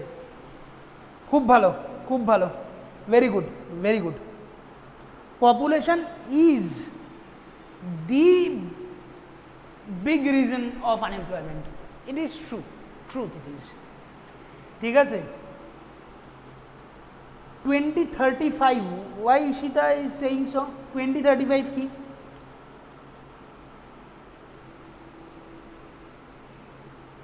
আচ্ছা চলো, তাহলে বোঝা গেল। তাহলে দুটো মেজর সোর্স কারা কারা, একটা হচ্ছে গিয়ে সেন্সাস আর একটা হচ্ছে গিয়ে এনএসএসও। সেন্সাস কি করে 10 বছরের ডেসিনিয়াল ডেটা, আর হচ্ছে গিয়ে এনএসএসও কি করে কুইনকেনিয়াল ডেটা। নেক্সট চলে আসি পিএলএফ, অর্থাৎ এখন চলে এসেছে কারা, পিএলএফ, এই যে একটা বড় জায়গা, কি periodic labour force survey, periodic labour force survey. Clear, সবাই দেখতে পাচ্ছ? Population will overtake China. আচ্ছা আচ্ছা, ওকে ওকে ওকে ওকে। তাহলে periodic labour force survey, PLF. PLF কি বলছে, রিসেন্টলি এই যে এনএসএসও যে 5 বছরের কুইনকেনিয়াল ডেটা যে রিলিজ করতো, সেই যে কনসেপ্টটা সেটা হচ্ছে গিয়ে রিপ্লেস হয়ে গেছে কার দ্বারা, পিএলএফ দ্বারা, এবং সেটা কত সালে, 2017 সালে। তাহলে এই যে আমরা দেখলাম যে সেন্সাস করতো 10 বছরের অন্তর অন্তর, এনএসএসও করতো 5 বছর অন্তর অন্তর, কিন্তু এখন কি চলে এসেছে, এখন চলে এসেছে হচ্ছে গিয়ে কি, এখন চলে এসেছে পিএলএফ, এখন চলে এসেছে পিএলএফ, অর্থাৎ পিরিয়ডিক লেবার ফোর্স সার্ভে। কত সালে, 2017 সালে। কাকে রিপ্লেস করে দেয়, এনএসএসও দ্বারা যে কুইনকেনিয়াল সার্ভে হতো তাকে রিপ্লেস করে দেওয়া হয়েছে। রিপ্লেস করে দিয়ে কি হয়েছে, হয়ে গেছে এটি একটি অ্যানুয়াল বেসিস ডেটা, অর্থাৎ প্রত্যেক বছরই মেজার করা হচ্ছে এমপ্লয়মেন্ট এবং আনএমপ্লয়মেন্ট ডেটা। ক্লিয়ার কি ক্লিয়ার নয়? সবার ক্লিয়ার হয়েছে ব্যাপারটা? তাহলে প্রথমে ছিল সেন্সাস, তারপরে হচ্ছে গিয়ে কে আসলো, এনএসএসওর কুইনকেনিয়াল সার্ভে। কুইনকেনিয়াল সার্ভের পর কুইনকেনিয়াল সার্ভেকে রিপ্লেস করে দেওয়া হয়েছে কত সালে, 2017 সালে। কি দ্বারা রিপ্লেস হয়েছে, পিরিয়ডিক লেবার ফোর্স সার্ভে দিয়ে। কি হয়েছে, পিরিয়ডিক লেবার ফোর্স সার্ভে দিয়ে কি অ্যাড হয়েছে, এই যে ডেটা যেটা 5 বছর অন্তর অন্তর পাওয়া যেত, সেটা এখন প্রতি বছরেই পাওয়া যাবে, অর্থাৎ অ্যানুয়াল বেসিস ডেটা। ঠিক আছে, এবং তার সাথে সাথে কি India's first computer based labour force data, India's first computer based labour force data. ঠিক আছে, এবং তারা কি ভ্যারিয়েবল কালেক্ট করছে, অর্থাৎ এই যে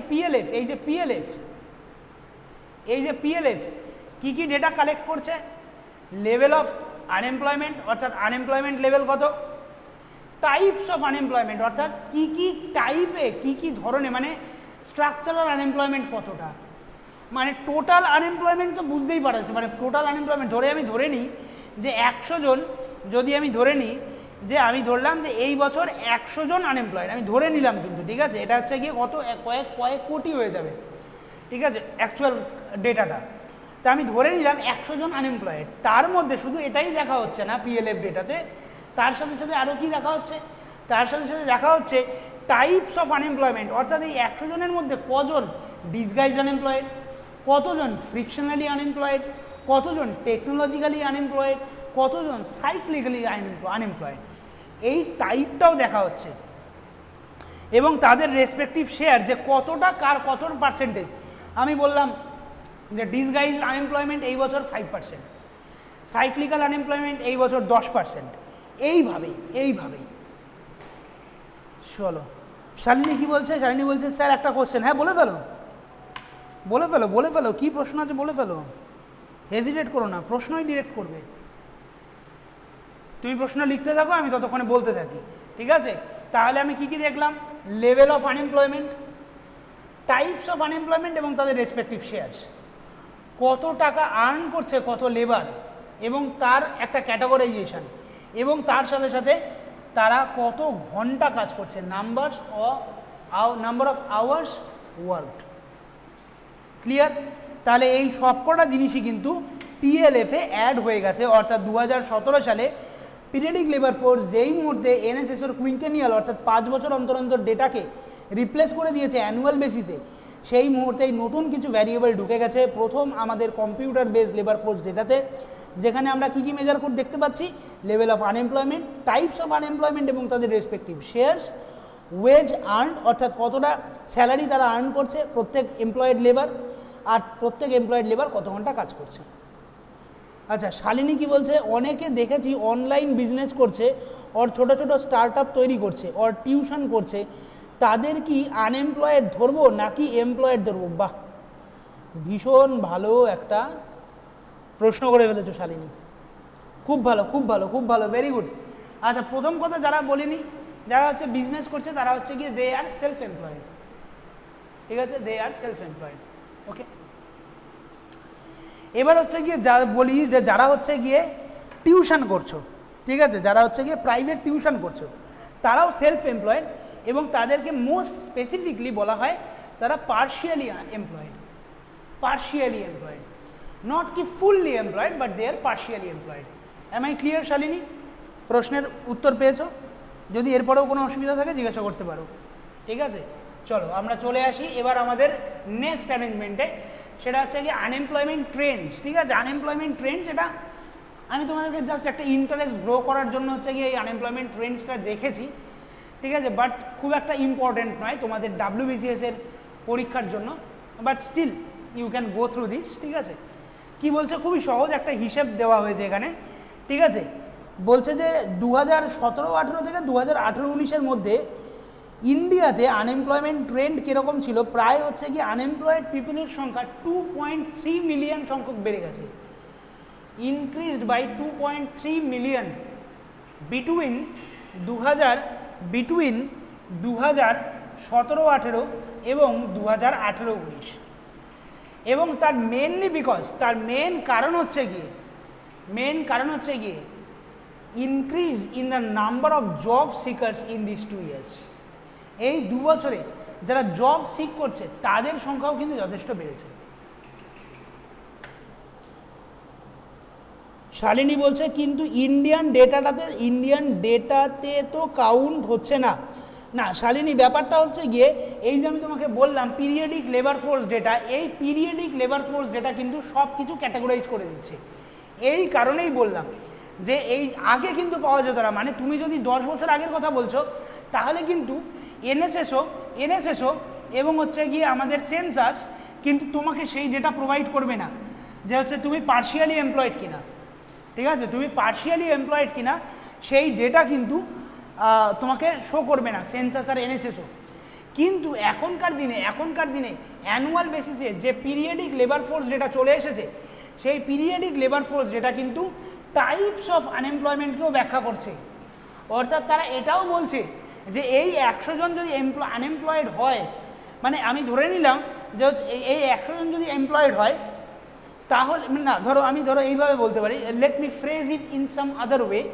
আমি বললাম যে 100 জন একদম কমপ্লিটলি আনএমপ্লয়েড, তারা কিছুই করছে না, তারা টিউশন করছে না, তারা ব্যবসা করছে না, স্টার্ট আপ করছে না, কিচ্ছু করছে না, জাস্ট আনএমপ্লয়েড, সিম্পল আনএমপ্লয়েড, কিছু আর্ন করছে না, কিছু কাজ করছে না, তারা 100 জন।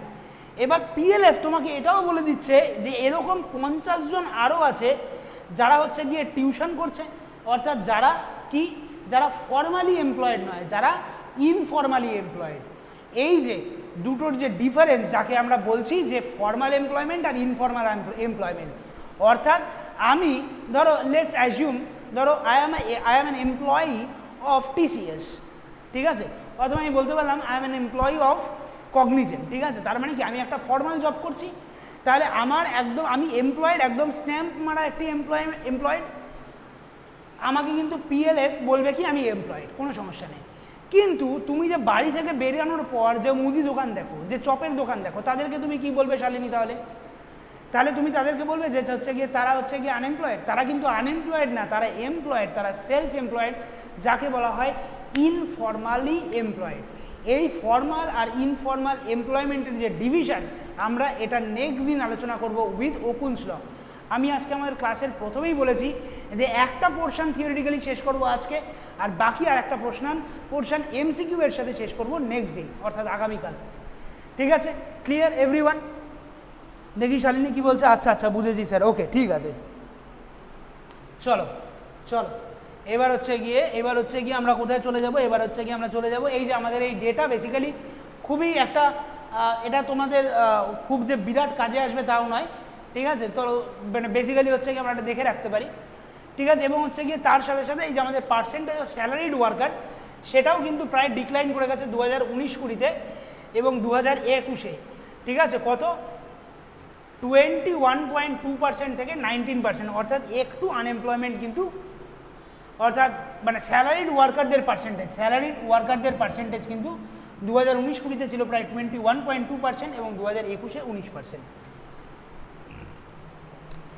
এই সংক্রান্ত ব্যাপারে 2021-22-এর যে ইকোনমিক সার্ভে, 2021-22-এর যে ইকোনমিক সার্ভে কি বলছে?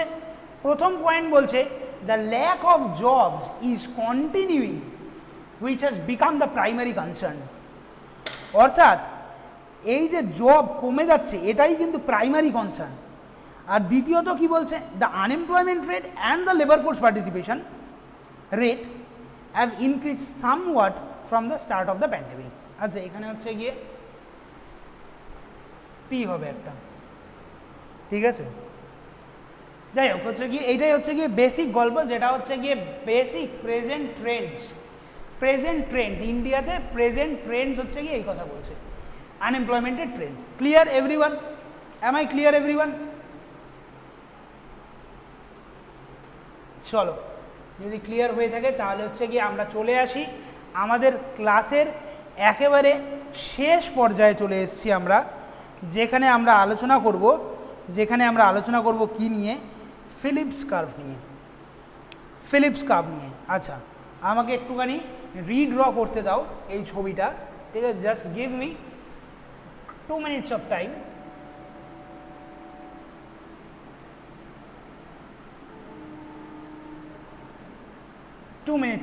Just give me 2 minutes of time so that I can redraw this figure। আচ্ছা তোমাদের তো ইনফ্লেশন হয়েছে তাই না? ইনফ্লেশন তো হয়েছে, রাইট?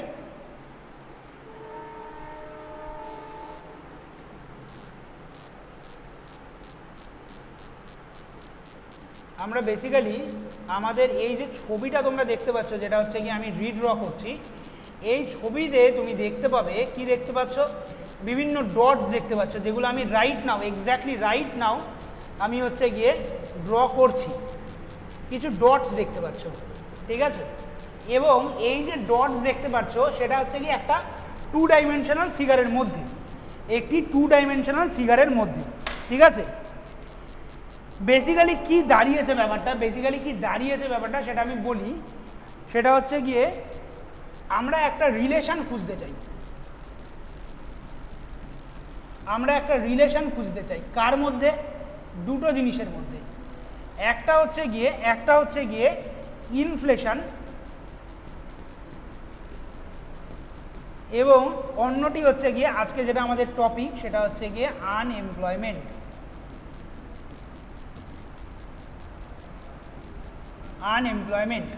ঠিক আছে? এই যে দুটো জিনিসের মধ্যে একটা রিলেশন থাকতে পারে কি থাকতে পারে না, এই নিয়েই হচ্ছে গিয়ে আমাদের আজকের এই পড়াশুনো, যার নাম হচ্ছে এবং আমরা এই স্টাডিটা যেখানে খুঁজে পাই তার নাম হচ্ছে গিয়ে ফিলিপস কার্ভ। অর্থাৎ 1950s 1950 সালে একজন বিখ্যাত ইকোনমিস্ট যার নাম হচ্ছে গিয়ে A.W. ফিলিপস। কি নাম হচ্ছে গিয়ে A.W.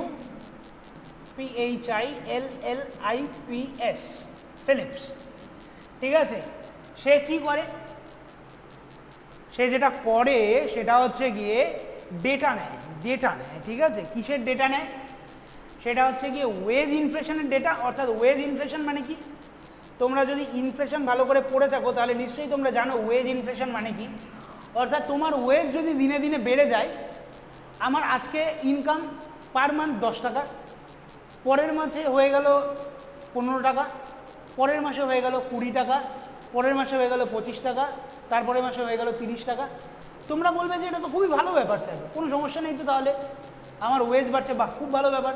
কিন্তু আমি বলবো যে না, খুব একটাও ভালো জিনিস নয়। তার কারণ কি বলো তো, তোমার যে পাড়ার দোকান, একদম পাড়ার দোকান থেকেই বলি, পাড়ার যে মুদি দোকান, পাড়ার দোকান যখন এই অবজার্ভ করবে যে হচ্ছে গিয়ে তোমার ইনকাম বেড়ে যাচ্ছে, তোমার যখন বিহেভিয়ার প্যাটার্ন বদলে যাচ্ছে, তখন সেই পাড়ার দোকান তোমার কাছে কিন্তু একই প্রোডাক্ট আগের থেকে বেশি দামে চার্জ করবে। এইভাবেই যত ওয়েজ বেড়ে যায়, ওয়েজ ইনফ্লেশন বেড়ে যায়, তত কিন্তু জিনিসের দামও বেড়ে যায়। যাতে হচ্ছে গিয়ে, আমি জানি না তুমি তোমরা যদি হচ্ছে গিয়ে ভালো করে এই পড়ে যাও, তোমরা হচ্ছে গিয়ে ইনফ্লেশন তোমরা যদি ভালো করে পড়ে থাকো, ভালো করে তো পড়ানো হয়েছে, তারপরে হচ্ছে গিয়ে তোমরা যদি মনে থাকে তোমাদের, ঠিক আছে, তোমরা যদি পড়ে থাকো এই ব্যাপারটা ভালো করে মনোযোগ দিয়ে, তাহলে তোমরা নিশ্চয়ই জানো যে ওয়েজ প্রাইস স্পাইরাল বলে একটা কথা আছে। ওয়েজ প্রাইস স্পাইরাল বলে একটা কথা আছে। অর্থাৎ যদি ওয়েজ বেড়ে যায়, যদি আমার স্যালারি বেড়ে যায়, তাহলে জিনিসের দামও কিন্তু ওয়েজের সাথে জাস্ট লাইক আ স্পাইরাল বেড়ে যেতে থাকে, রাইট? তাহলে কি বলছে ইশিদা, কি বলছে, ঝিকঝিক সাউন্ড, আমার কথা শোনা যাচ্ছে? আমার কথা শোনা যাচ্ছে? নয়েজ আসছে? এখন কি নয়েজ আসছে আর কোনো?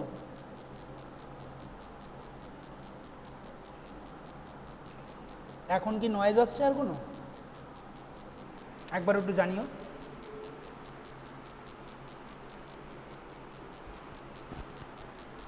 আচ্ছা, এখনো আসছে? আচ্ছা দাঁড়াও 1 সেকেন্ড।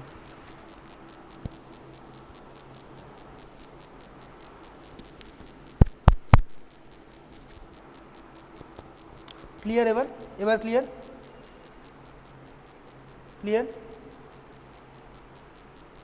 আচ্ছা ঠিক আছে, ওকে ওকে, তাহলে চলো। তাহলে এডব্লিউ ফিলিপস কি করেছেন? এডব্লিউ ফিলিপস 1950 সালে একটা ডেটা প্লট করেন। ডেটা প্লট করে দেখেন যে ওয়েজ ইনফ্লেশনের সাথে আনএমপ্লয়মেন্টের একটা নেগেটিভ রিলেশন কাজ করে। অর্থাৎ যখন ওয়েজ ইনফ্লেশন, অর্থাৎ ইনফ্লেশন রেট খুব কম, অর্থাৎ ইনফ্লেশন রেট ধরো খুব কম 2%, তখন তুমি দেখতে পাবে আনএমপ্লয়মেন্ট রেট খুব বেশি। আবার যখন তুমি দেখতে পাবে যে ইনফ্লেশন খুব বেশি, অর্থাৎ প্রায় 8%-এর কাছাকাছি, তখন কিন্তু আনএমপ্লয়মেন্ট রেট অনেকটাই কম, অর্থাৎ 1%-এর কাছাকাছি। এই হচ্ছে গিয়ে বেসিক রিলেশন। তাহলে তোমাকে এখান থেকে বেসিক্যালি কি মনে রাখতে হবে?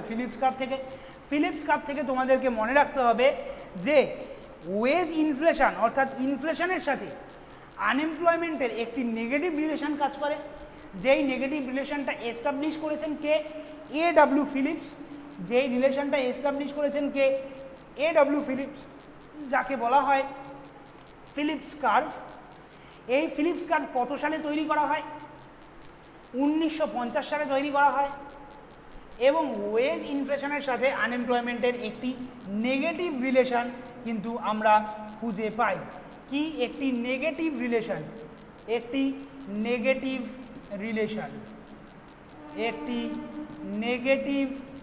রিলেশন আমরা খুঁজে পাই। Am I clear or not? Am I clear or not?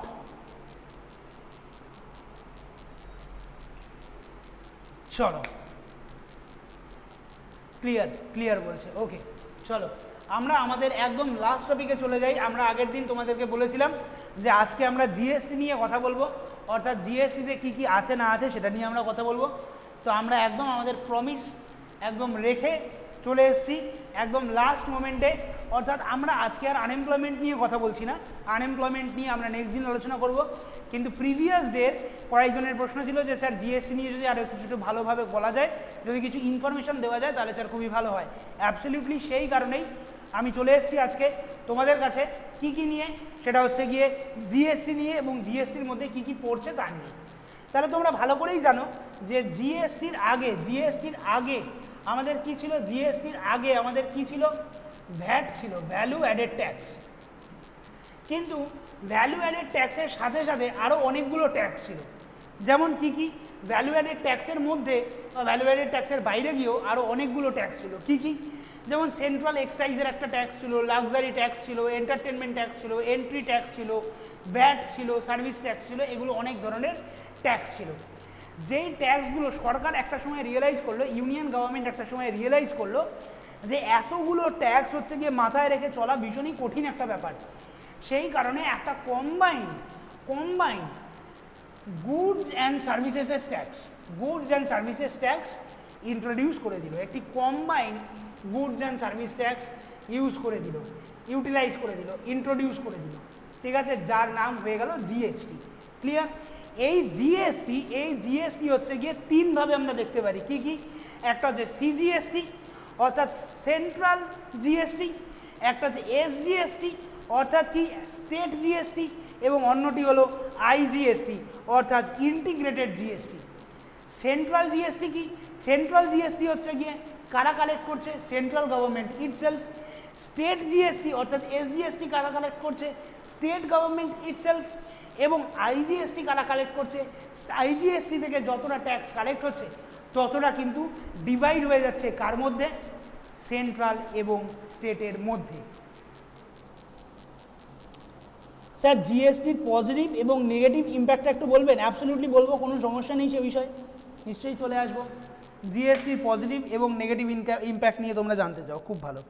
তার আগে আমরা একটু জেনে নিই, সেটা বলার আগে আমরা একটু জেনে নিই যে হচ্ছে গিয়ে এই যে তোমরা বলছিলে না যে জিএসটি, তুমি জিজ্ঞাসা করলে না যে জিএসটির পজিটিভ আর নেগেটিভ ইম্প্যাক্ট কি, বলছি এই স্লাইডটা তোমরা যদি দেখো তাহলেই বুঝতে পারবে। তোমরা একটা রিসেন্ট, খুব যদি আমি ভুল না করি সপ্তাহখানেক আগের নিউজ, জিএসটির পার্সেন্টেজ অর্থাৎ ট্যাক্স রেট আবার বেড়ে গেছে। এর থেকে খারাপ অ্যাডভান্টেজ আর কী হতে পারে, তাই না? জিএসটির ভ্যালু, এই যে আমরা পজিটিভ ইম্প্যাক্ট কী ছিল? পজিটিভ ইম্প্যাক্ট ছিল যে সবকটা এত ধরনের ট্যাক্স রয়েছে গুডস অ্যান্ড সার্ভিসেসের ওপর, ভ্যাট দিতে হয়, এক্সাইজ ডিউটি দিতে হয়, কর্পোরেশন ট্যাক্স দিতে হয়, কর্পোরেশন নয়, এক্সাইজ ডিউটি দিতে হয়, এক্সাইজ ট্যাক্স দিতে হয়, তারপর হচ্ছে গিয়ে লাক্সারি ট্যাক্স দিতে হয়, এত কিছু দিতে পারছি না, একটা ট্যাক্স করুন যেই ট্যাক্সের মধ্যে সব ইনক্লুড করে দিয়ে দিচ্ছি। এটা ছিল হচ্ছে গিয়ে পজিটিভ ইম্প্যাক্ট, যেটা হচ্ছে গিয়ে ইজিনেসের জন্য, মানে ইজ অফ ডুইং বিজনেস যাকে বলা হয়। কিন্তু নেগেটিভ ইম্প্যাক্ট কী হয়ে গেছে বলো তো? এই যে নেগেটিভ ইম্প্যাক্ট হয়ে গেছে, এই যে জিএসটি স্ল্যাব আবার হয়ে গেছে চেঞ্জ, আর কিছু করার নেই, ঠিক আছে? বিভিন্ন প্রোডাক্ট চলে এসছে, বিভিন্ন প্রোডাক্ট যেগুলোর উপরে হচ্ছে গিয়ে জিএসটি কিছু কিছুতে ছিল, কিছু কিছুতে ছিল না, যেখানে হচ্ছে গিয়ে আবার জিএসটি স্ল্যাব চেঞ্জ হয়ে গেছে। এবং তোমরা রিসেন্ট জিএসটি রেট দেখতে পাচ্ছ, কি দেখতে পাচ্ছ?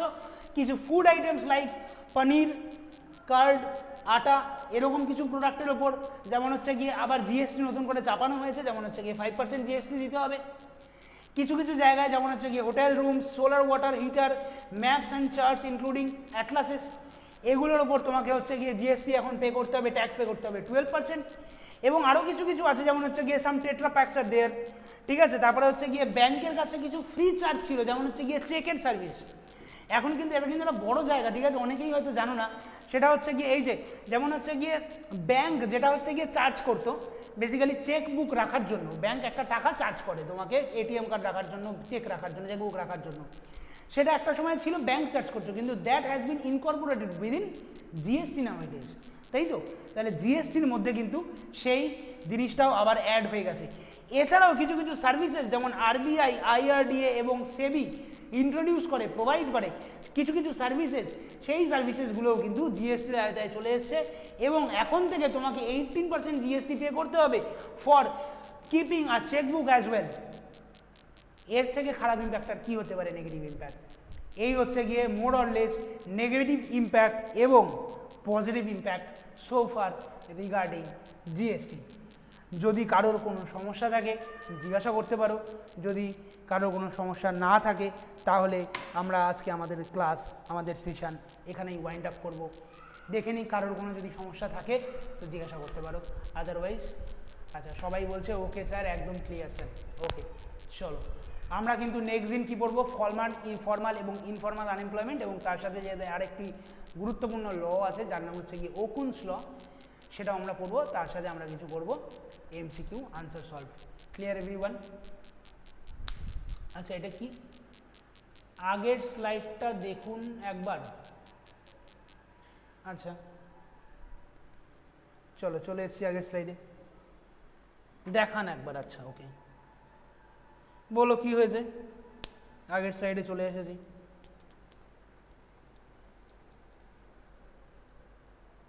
আচ্ছা ওকে ঠিক আছে, clear now, clear now, okay চলো। Thank you everyone for having me in this evening. আর হচ্ছে গিয়ে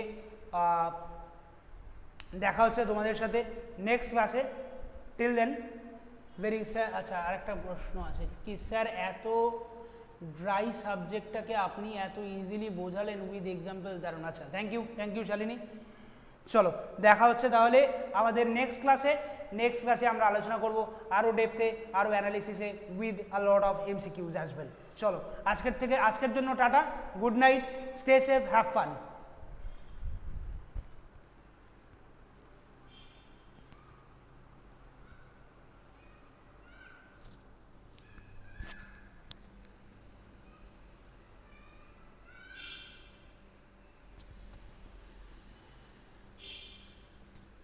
কি রে, ঠিক আছে না? 1 ঘন্টা 15 মিনিটে নামিয়ে দিয়েছি, হ্যাঁ পারফেক্ট আছে নাকি রে? ক্লাস কেমন ছিল? ঠিকঠাক ছিল? ভালো কথা। আচ্ছা সিডব্লিউ এর ক্লাস কেমন ছিল? হ্যাঁ নতুন কাস্টমার দেখলেই হ্যাঁ ভাই কোথা থেকে আসবে। হ্যাঁ হ্যাঁ